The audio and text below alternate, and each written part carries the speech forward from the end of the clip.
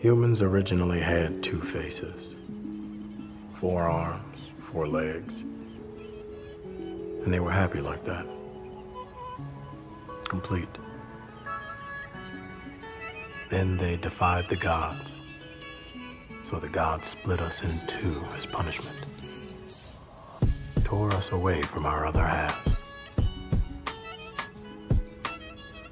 He said, each of us, when separated, is always looking for our other half. It's our nature. So when one is met with his other half, the pair are lost in an amazement of love, friendship, intimacy, and one will not be seen out of the other sight.